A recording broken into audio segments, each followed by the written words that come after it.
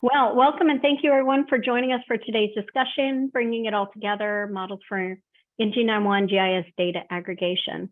I am Sandy Dyer with the DataMark team. I'm one of our client success managers, and I'll be the moderator for today's session. Jeff's really going to be the presenter, but anyone who knows me knows I'll have some colorful commentary to offer in there. I'll try to keep it to a minimum because I think what Jeff's going to share today is actually really important. So I want to let him do his thing. I'd like to let everyone know that we are recording this session. All attendees have been muted for quality assurance purposes. Please use the Q&A in the chat, though, to reach out to Jeff and I with any questions you may have or comments that you would like to share with us.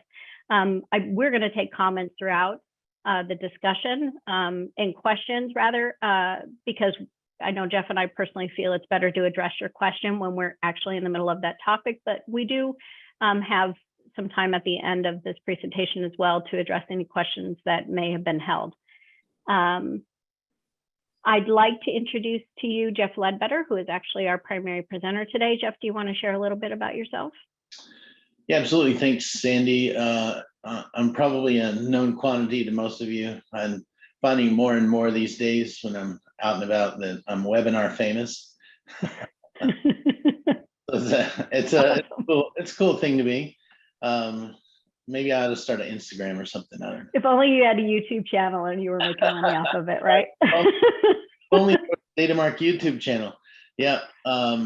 Sorry about that little bit of conceit there.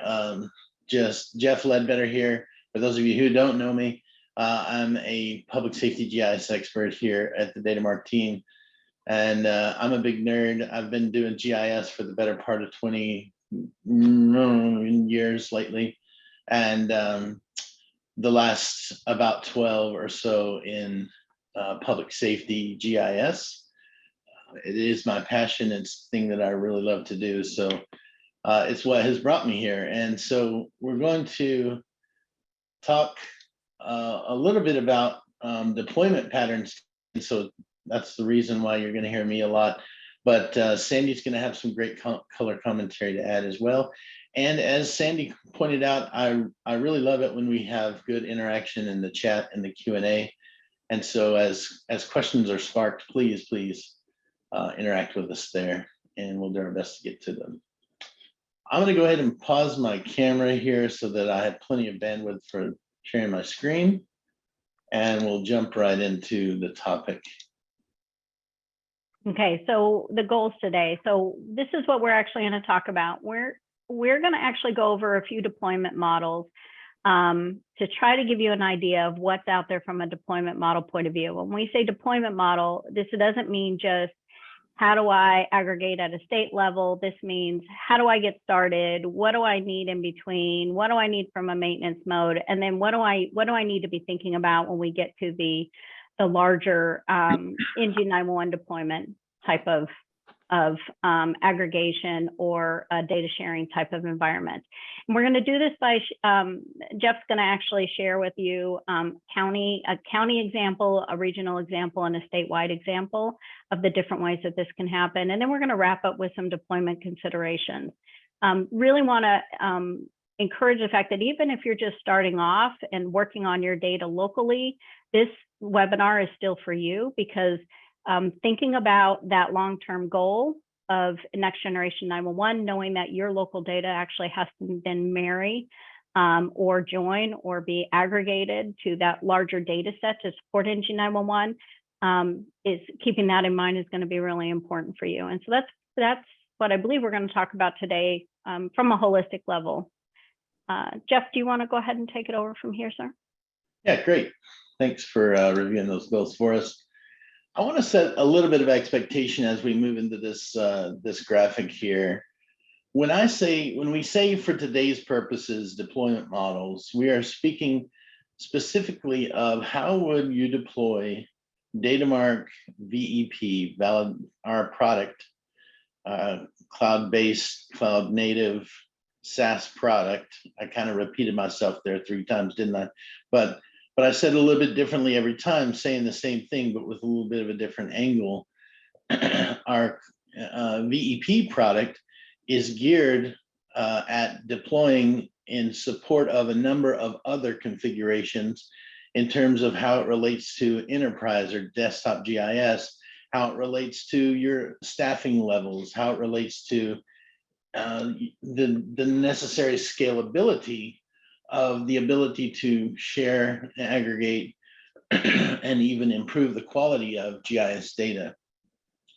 Now, as I kind of take a little bit of a cough there, I'm going to just warn everybody that I've got a little bit of a frog in my throat, but I've got my trusty cup of water here. So I'm going to do my best not to cough in your ear today, but I'll throw that warning out there.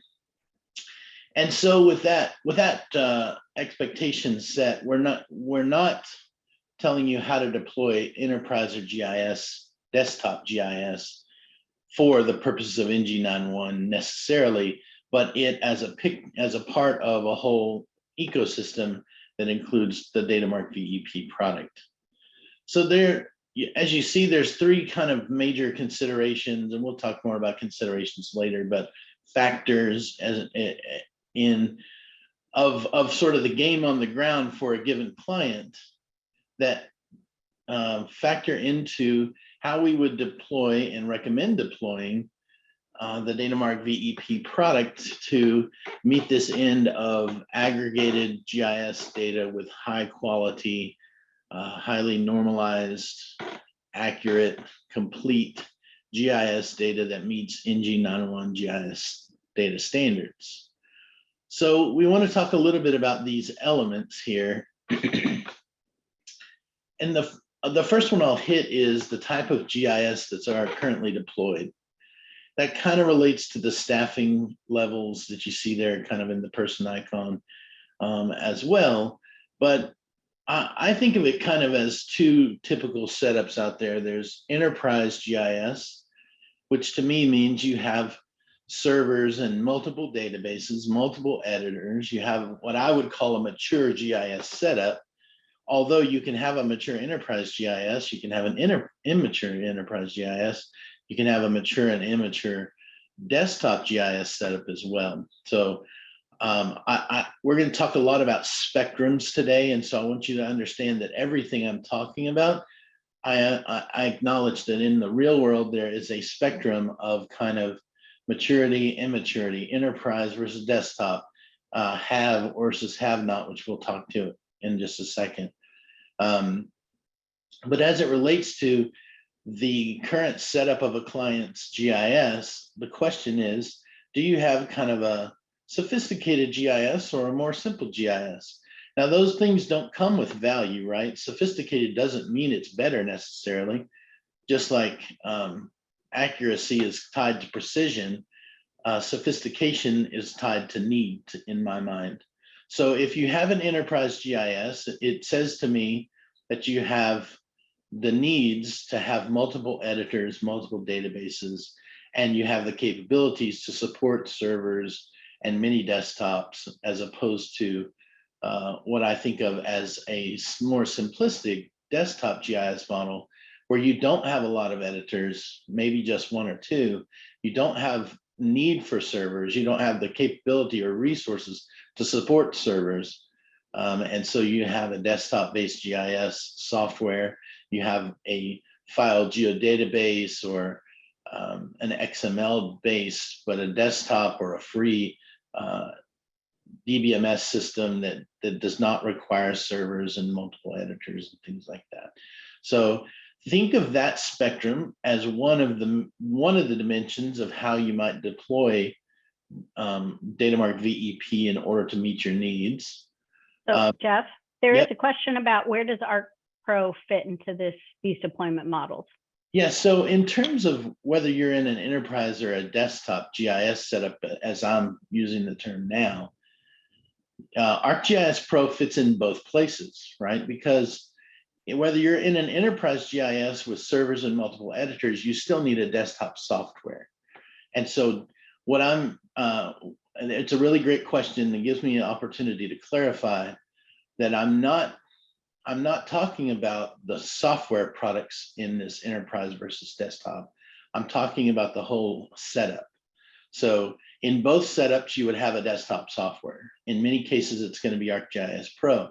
In some cases, for dinosaurs like me, it might be an ARC map, right? Because you haven't quite evolved into Pro. In other cases, it may be some open source GIS software like QGIS, Map Info, and any other of the myriad options that are out there.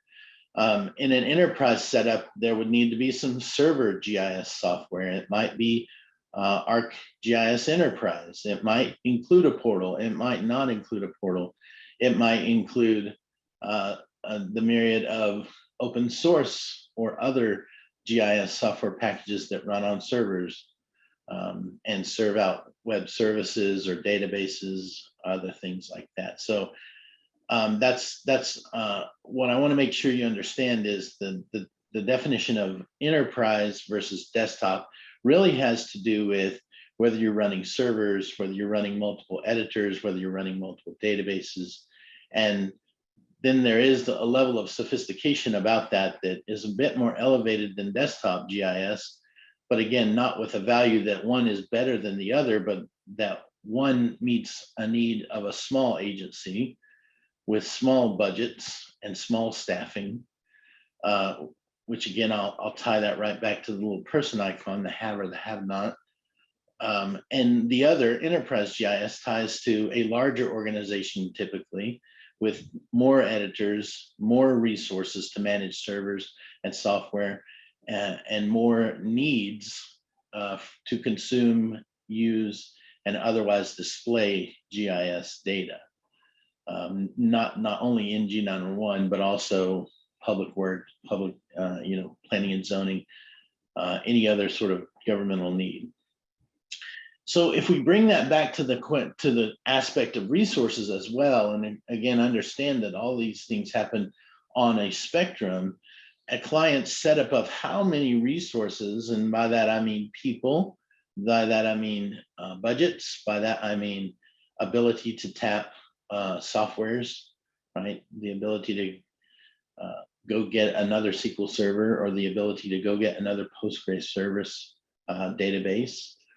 And I think of that on the spectrum between what I call, and some people don't like these terms because it somehow imputes value, but I want to be clear that these are not imputing value. That if you're a have, you're not better than a have not.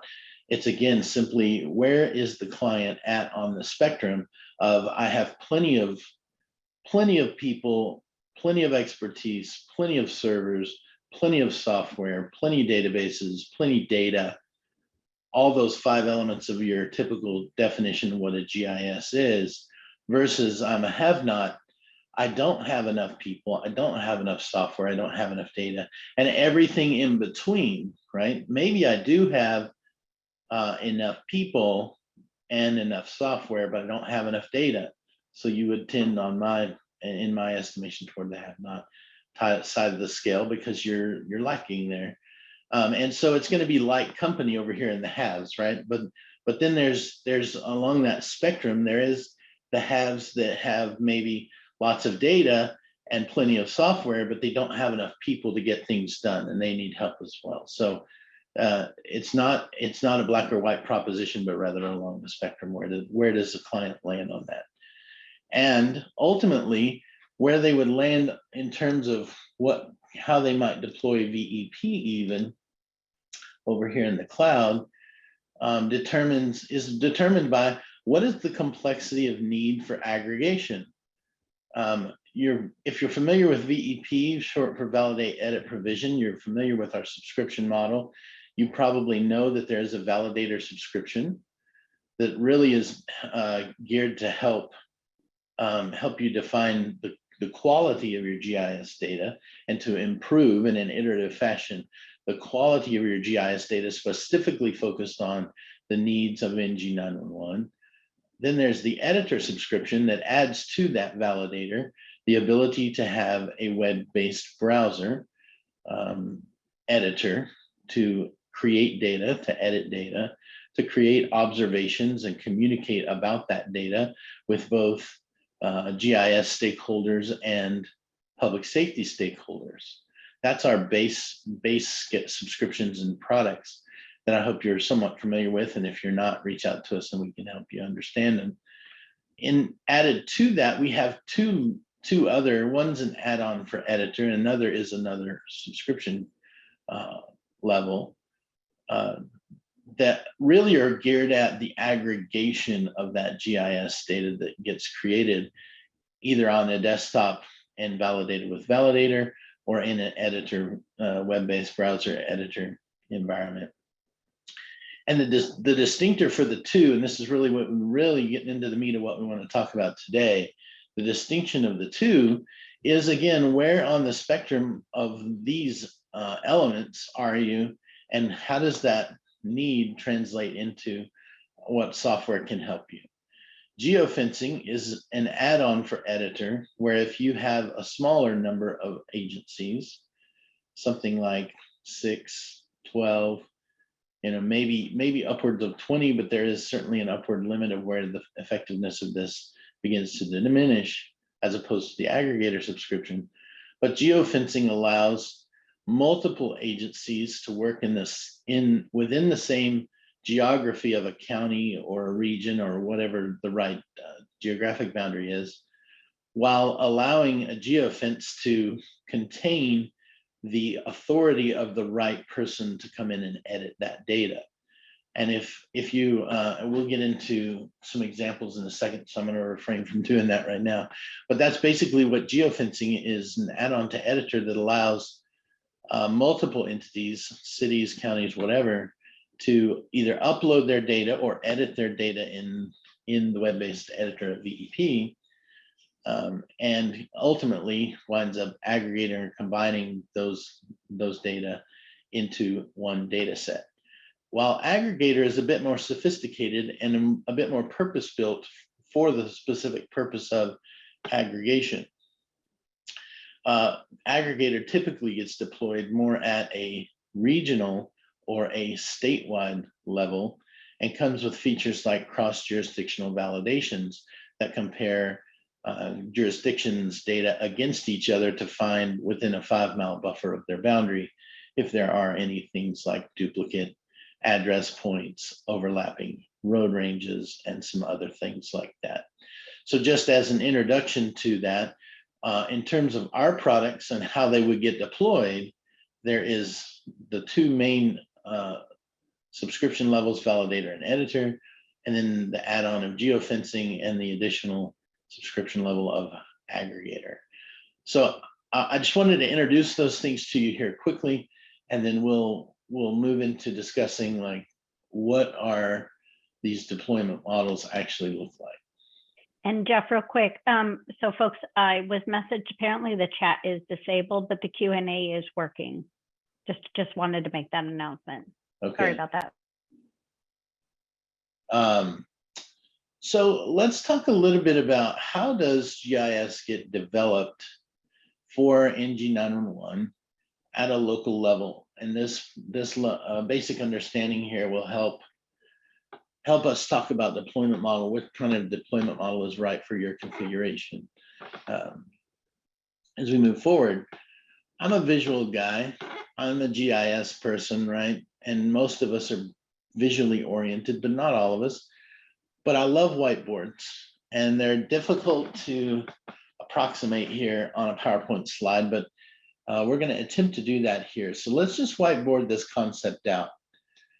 When I think of how, what the progress is on GIS data development, and I had the opportunity to think about this in relation to a National 911 Office project that I was asked to sit on a panel of experts and give some feedback to.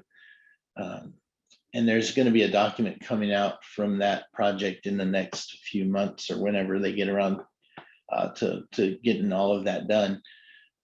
But as we were kind of talking, this panel of experts and stakeholders were talking about where the process is, where the process needs to go, what the gaps are, and how to fill them.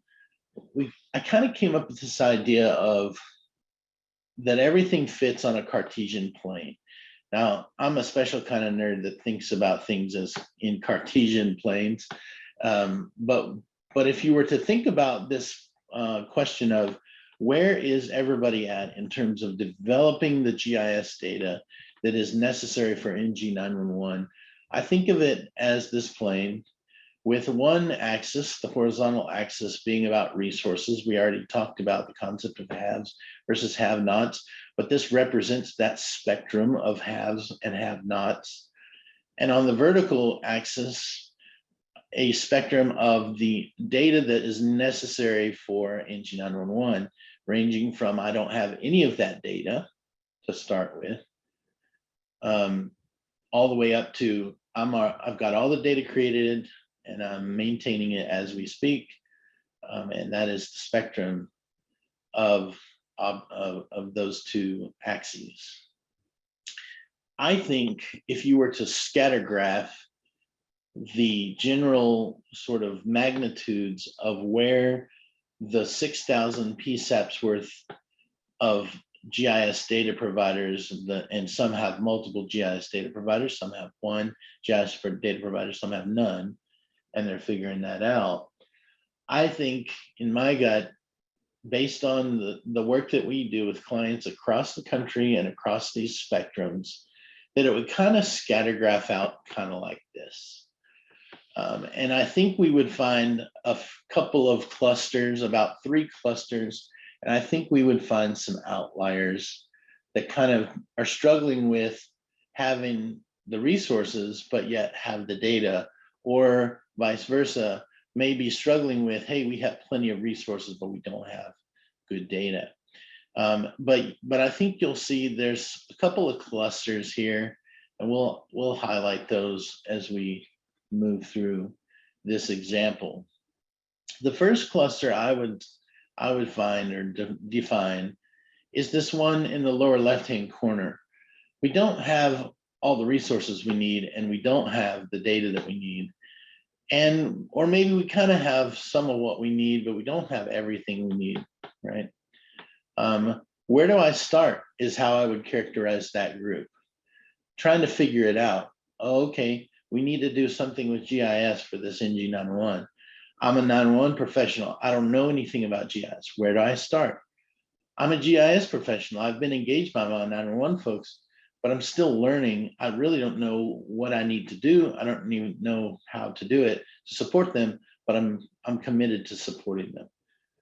The second cluster I would circle is right here in the middle.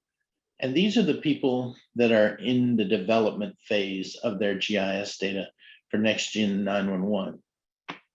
The people that maybe we don't have all the resources we need, but we have some things, we have some resources, we have some data, we're working on it, and we're generally trying to progress up to the upper right.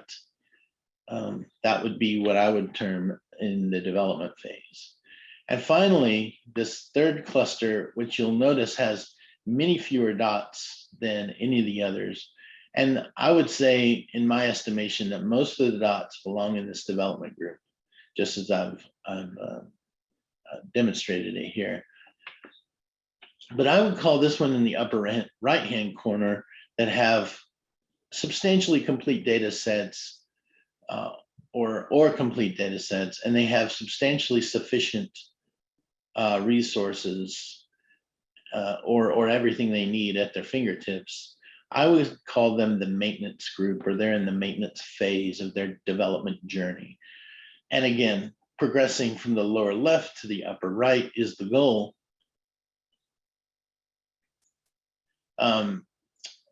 So think about this, think about where you are as you watch this webinar along that spectrum.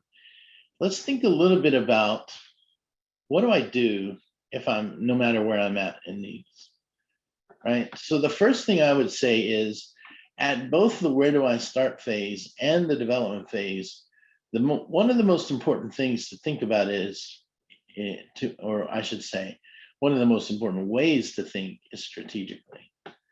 If I don't know where I'm at, I need to think, what's my long-term plan to get me on this way less than linear path, right? The snaking path up to this maintenance phase. I need to think about the tools. I need to think about expertise. I need to think about the software solutions. What do I need to learn about excuse me, standards.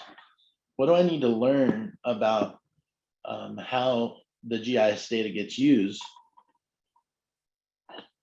in order to be sure that everything that I do to get to that maintenance phase will be successful? What kind of governance, data governance, do I need to have in place about this data that I'm creating? I'm only down here, I don't have sufficient data, but I want to have that governance in place by the time I get here. I want to have the funding in place to maintain it by the time I get here. I want to have the funding in place to develop it once I get here, because I recognize that there's a little bit of effort here, there's a lot of effort here, and then up here, there's a much more manageable level of effort as well. So not only do I have an arrow pointing to think strategically in both of these phases, but you're going to think strategically differently about where do I start versus thinking strategically when I'm in development. When I'm in development, I'm thinking about strategically about what's my maintenance solution going to be? And maybe this is where the question of what is the deployment model for my sustainable validation, iterative quality control process need to be. But I think there's that same thought here. What's the tool set that I need to develop it?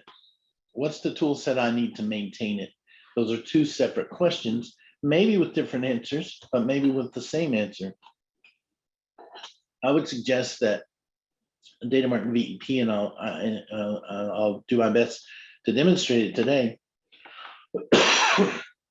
Excuse me, I'll do my best to demonstrate it today, is the right tool for all of these phases, given many different existing setups and configurations, because it was built with the flexibilities to help you develop, create data, to help you remediate data and make it better, and then to help you maintain data up at the top here.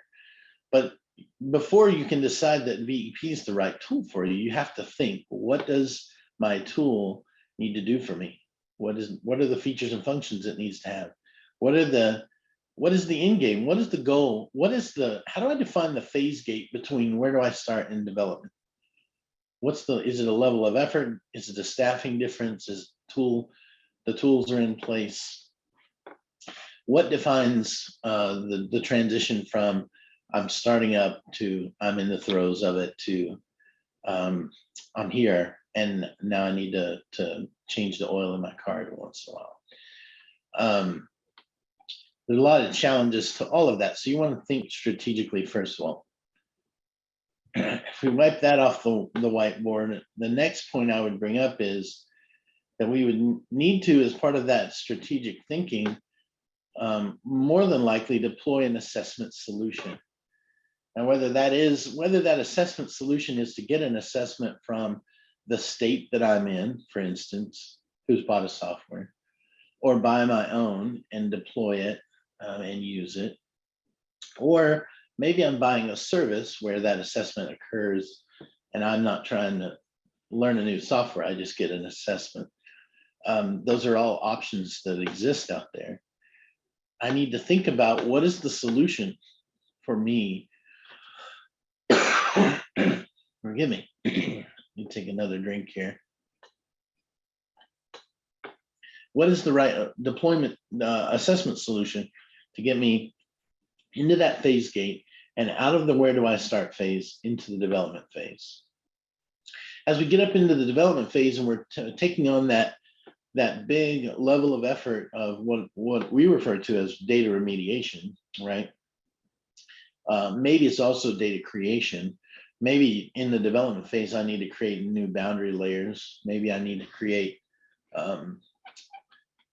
some new representations of what we might think about as service boundaries, which relate to my ESN, the ESZs of the old days. Maybe we need to create address points. Maybe I don't have any meaningful address points, or I have address points. They were built for a whole different purpose, like keeping track of parcels and sending out tax bills once a year. And so they're not to the level of quality and concern that I need to have. in that case, if you're in the throes of that development phase, your development solution and the deployment of it is probably a pretty good way to define, hey, we've crossed from gathering ourselves and doing assessments to actually developing the GIS data, beginning to move it towards meeting those standards that are out there from NINA and others. In addition to that, again, you're going to think strategically about what is my maintenance solution going to need to look like as well. The maintenance solution needs to do a lot of the same things that your development solution and your assessment solution do, but it's going to be used differently. It's going to be used more on an iterative basis, not more on an iterative basis, but more on a kind of cyclical basis is what I was looking for there.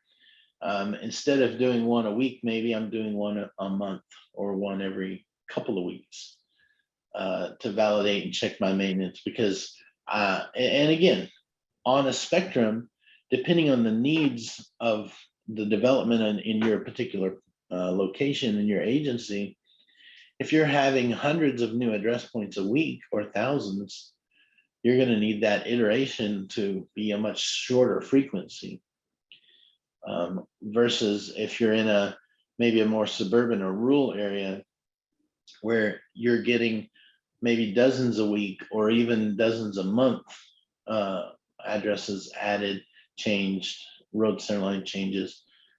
Your maintenance solution may be used less frequently, but still doing the same thing it did before. So what is the maintenance solution? Maybe I want my resources to change in terms of the number of employees I have or the number of contractors that I have engaged to maintain and update that. Maybe I don't need a staff of 4 people, the same 4 people that I needed in the development phase. So maybe it doesn't make sense if I'm in where do I start to go hire 4 people when you can contract for 4 people that won't have the overhead when you get to that maintenance phase and you have to make unfortunate decisions because you don't have the labor needs that you had in the development phase. These are all things that you have to be thinking about in terms of how do I approach this journey from where do I start to maintenance to supporting NG9-1-1 with GIS data.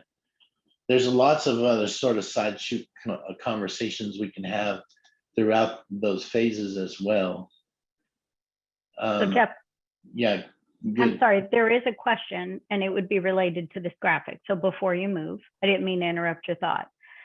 Someone had asked, can you please talk about at what point different types of validation fit into the picture? So you're going to have different validations when you get started versus in your maintenance, but then some are going to remain similar. So if you would speak on that.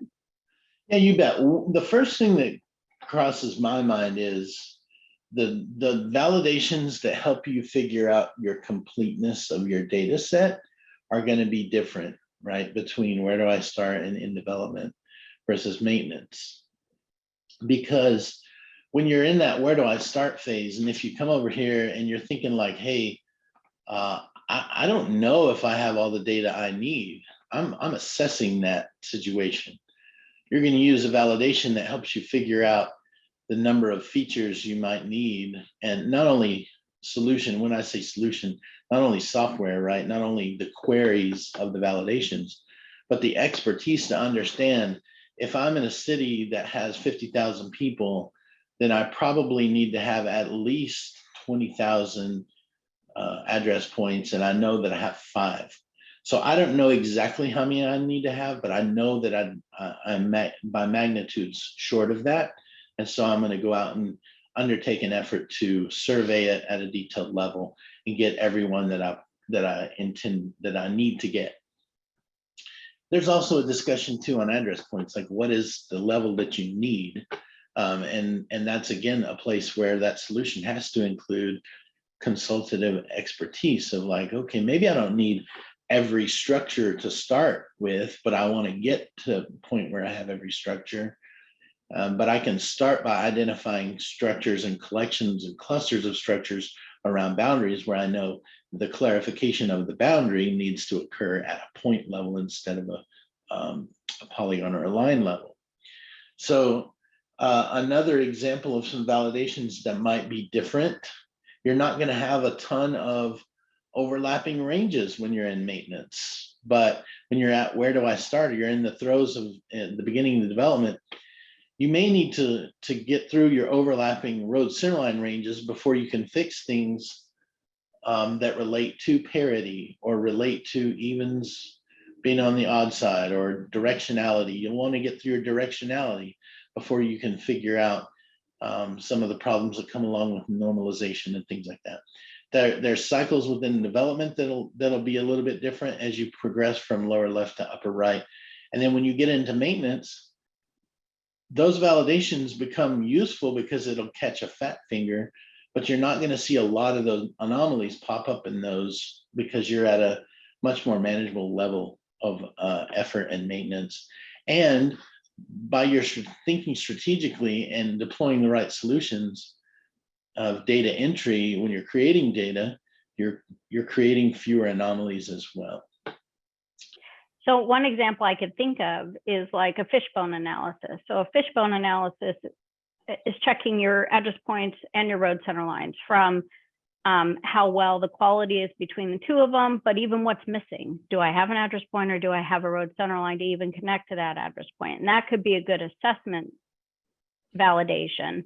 But that same validation you would carry all the way through to the maintenance and the iterative stage, because then that's also a data quality, right, as you're moving along.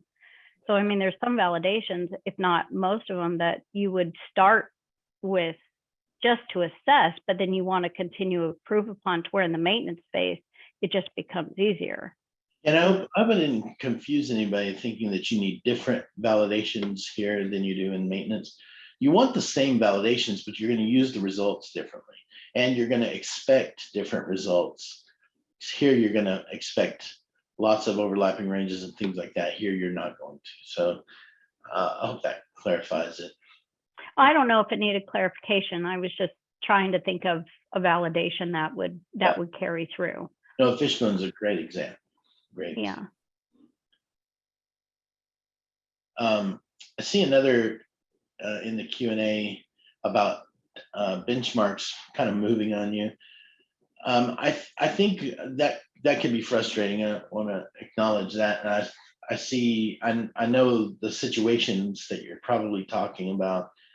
I see those things as kind of a positive evolution and growth of full understanding of how GIS data moves into geospatial call routing. To my knowledge, and it's likely that I don't have a full picture of everything out there. There's not a large scale deployment of geospatial call routing. I'm sure there are some deployments where they are doing some geospatial call routing. They're the ones on the leading edge learning lessons that are probably driving changes in some of the benchmarks or goals that states may be sending out there, or even local agencies are.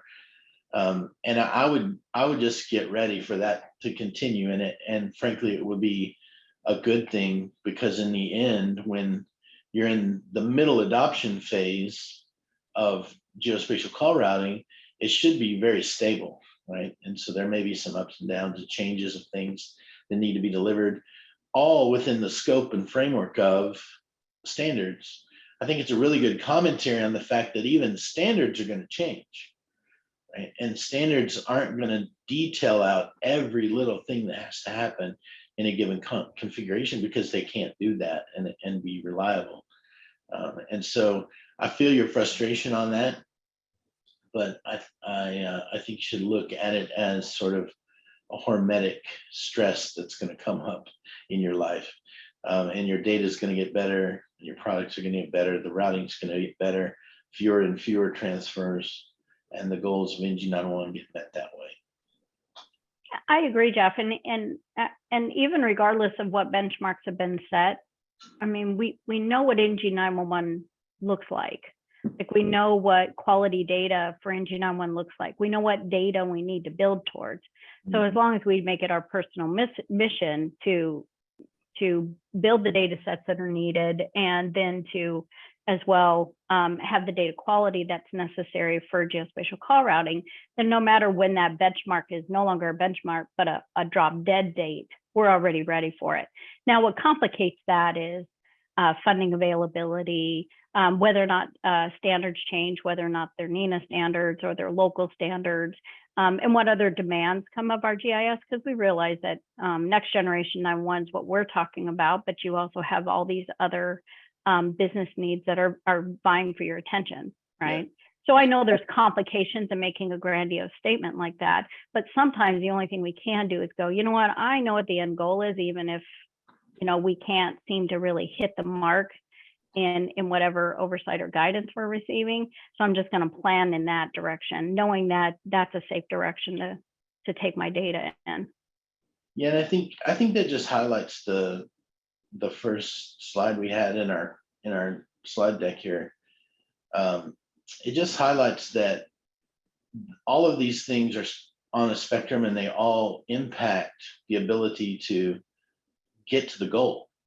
And whether you're, and where do I start, development or maintenance, all of those aspects of your configuration and your deployment of VEP, if you're a client, and desktop GIS, and the collection of experts, and all the other things, the governance and data and all the things you need to be successful in this space, come along that spectrum, and you'll eventually get there, but it's going to be a ride, right? Buckle up. Okay, so in order to get done and allow some time for questions, I want to take you through a couple of our examples. Now, these are examples that are based on real clients, but I'm not gonna use the names to protect the people involved. But I've got a couple of examples, as mentioned, right? How do we deploy VEP as part of a solution? Again, including all the right resources, all the right expertise, all the right governance policies, all the right data policies, and VEP as part of the toolbox of desktop GIS, server GIS, cloud-based VEP, et cetera, that you're going to need to deploy at a county level. And this is a great example. I have a county in that's a client of mine, a DataMark client. I like to take ownership. Actually, Sandy officially owns them. But they have deployed an editor license with geofencing across the unincorporated county and 6 cities. Some of the cities use Validator only, but they upload into Validator, they get their validations, they download the markups, they improve the data in that iterative fashion that's designed to work in. But what they're doing when they upload it is they're uploading into their geofence, where they're the only ones that can upload. They're updating an aggregated data set every time they do that. Some of the other cities in this county actually don't have GIS departments, and they actually work through kind of a collective organization or entity to create some of their GIS data, but that entity utilizes editor to do it for them, so that they can contribute to and approve the edits, and those edits can be conducted in desktop GIS software as well, but then uploaded. But this geofencing allows them to have disparate configurations at the desktop levels, to include node configuration, and sophisticated desktop GIS configuration as well. They range from node GIS to desktop only GIS to enterprise GIS, as we defined it earlier. And the geofencing capability allows them all to upload data or edit data in the web browser and come together in one data set without having to call each other and say, okay, I'm uploading now, or okay, I'm gonna make this change now. The coordination takes place in the VEP interface, but it all takes their coordination really takes place independent of one another. And so the geofencing instance, as you can kind of see in the graphic here, the city uploads, the county, the unincorporated county uploads their data set, and it all gets aggregated into a countywide data set. The great thing about this capability is that, yes, it's geared at NG9-1-1, but now they have a countywide data set for their CAD systems. Now they have a countywide data set to submit to the state for their road centerline data sets. They have a countywide data set to submit to the state for, other natural resources or whatever other causes they may need a countywide data set for, of road centerlines and address points and some boundaries. So that's a great example of deploying a county level deployment using editor and geofencing along with validators to aggregate GIS data into a countywide data set. We move up to a regional data set. And again, this is a real, based on a real client that we have, where again, there's actually about 12 counties in this region. And they have, again, a great diversity of configurations on the ground, ranging all the way from no GIS desktop GIS, the only desktop GIS, because the simplicity of that works for them, to a number of counties that have very, very sophisticated enterprise GIS systems that are integrated with other things than 911 and great data sets, but they all needed a little bit of staffing support. They all needed a little bit of tool and solution support. They all needed a little bit of expertise. So they came together to cooperatively procure Datamark VEP and our services to help them get to their goal. And their goal was this multi-county GIS data set that they can all provision into their next-gen core services, to their CAD systems, their other necessary public safety uses, and non-public safety uses. And so it kind of works in a similar fashion where we have some deployments that really mirror that county setup that we just talked about now. They've deployed geofencing to kind of aggregate data between the county and the city. In other cases, they've already got the aggregation was no problem at the county level. And so they didn't need that level of assistance from us, and their solution doesn't include it. And they all connect up, upload their data the right way, and we wind up with this 12 county-wide data set, regional data set, that loads up into, in this particular case, multiple different core service provider solutions. Because of our NGCS agnostic approach, it works out just fine for them all to have multiple different core service providers. And at this level of sophistication, they require that extra capacity, extra robustness that's built into the aggregator product. The geofence would be overtaxed and incapable of efficiently delivering this 12 county data set at a regional level, so they deploy the aggregator to do so. Now they're less reliant on those cross-jurisdictional validations, although they're useful and helpful to them. Whenever things kind of get crossed up a little bit, it notifies them of that. But because they're running 12 different NGCS setups across a number of NGCS providers, they don't quite use it the same as this next example, which would be at a state level. In the state level example, this ultimately aggregated data set, again, using the robustness of the aggregator tool and subscription level of our cloud native product, they are the cross-jurisdictional validations that happen in this data set become much more valuable because we're moving into one NGCS provider's setup and having a seamless data set from the entire statewide level that is sufficient quality and sufficient completeness accuracy and completeness to meet the provider's needs is very important.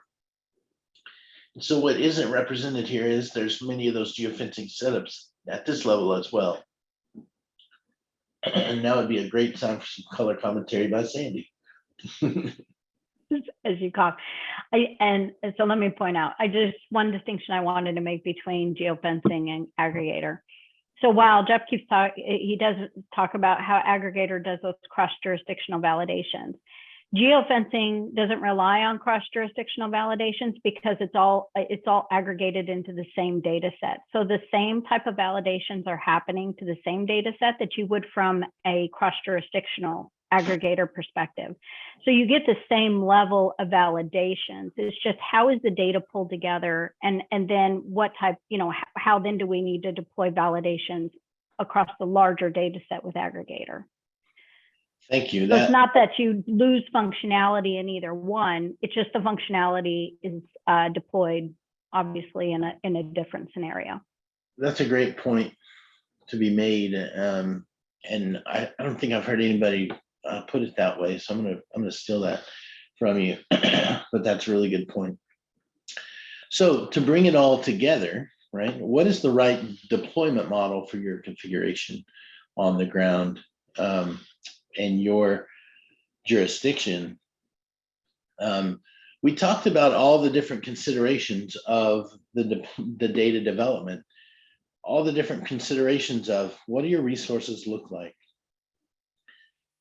Where am I trying to aggregate data to, move it up or down that sort of spectrum, from counties to regions, right? Am I at a city trying to aggregate with a county? Am I a county trying to aggregate with other counties? I'm moving from a city to a regional level, county to a regional level. Am I aggregating and coordinating a county's data, aggregated data set into a state's aggregated data set, or regionals into statewide data sets as well?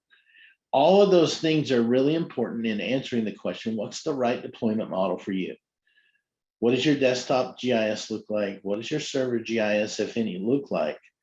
What are the resources you have to create and maintain this data, to do the things that need to be done to aggregate data? What is the scale at which you're creating data, maintaining data? All of those things are considerations of the configuration of the right ecosystem that will help your model, help your agency and your neighboring agencies come together in an aggregated GIS data set for Next-Gen 911. So I'll go back to and call to your mind and your memory that Cartesian grid, and point out that thinking strategically about these things and figuring them out kind of before you're in the throes of a given phase, before you meet that phase gate, is really the key. And so we want to offer our expertise to help you think through those things, to sort of crowdsource all the things that you need to know that we've learned from all of our clients across the country, and helping them make these deployment model decisions. We want to offer our expertise to do that. We want to offer our solutions as part of your tool set. We want to offer our services to help you when you are resource challenged, when you're expertise challenged, and otherwise. So that's how we bring it all together here. Really appreciate everybody's attention. I don't see any additional questions, but we have plenty of time for questions if there are any. And if there aren't questions, I want to tell you about something else exciting here, but I want to give you a minute to chime in with any questions, or maybe 10 seconds. Any thoughts to kind of conclude there, Sandy, before we talk about our client success days? No, other than just remembering that as you're thinking about strategically how you want to move forward, think about your scalability, and remember, when we're talking about scalability, it's not how do I ramp up, but how do I ramp back down when I don't need that many resources, right? So when you hear people talk about scalability, we naturally assume it means we're going to make things bigger. And that may be during that time you talked about, Jeff, during the development where, hey, I just need more resources. But then how can I scale back down? But then stay within the same ecosystem, right? So consider that, because every time you move from ecosystem to ecosystem, there's a new learning curve, right? There's new business rules, there's new things I have to learn, I have to go back and look at my processes and my workflows and figure out how I need to readjust those. So just kind of consider that as part of your strategic thinking. Good, excellent. Well, let's talk a little bit about our client success days coming up. We have 2 minutes left, and again, really appreciate everybody's time and attention today. But September 13th and 14th, we'll be having a virtual event for our clients only called Client Success Days. And Sandy and I both are in the part of the organization called Client Success Team. And we really love our job, because what that means is we get to help our clients be successful on this journey, and walk with them, right? And so what I'm excited about Client Success Days is for you to hear as existing clients, to hear from other existing clients about their experience and their journeys, about the way they use the tools, about the way they tapped into different types of expertise that we can offer, so that you begin to be inspired to see the types of opportunities that we can offer you, either through tools or expertise or services as well. We'll have a really cool part of the success days where we'll have open office hours with our customer support team. If you have any questions about products or need to learn about new functionality or anything like that, we'll have our client support team available during that time for office hours, and we'll have lots of cool presentations on both our services and our products during that time. So we're excited, and we'll be reaching out to our clients individually about that, but we want to put that across your radar screen. You should have already gotten some emails about it with some particulars, and ways to register. But we want to make sure everybody that's a client of ours knows about that and gets excited about it as well. Anything to add to that, Sandy? No, sir. It's the top of the hour. We gotta let everybody off the hook. That's it. I'll quit talking and I'll take a drink again. But everybody have a great afternoon, great day, and into the summer here. And we'll look forward to the next time we get to be together on a webinar. Thank you.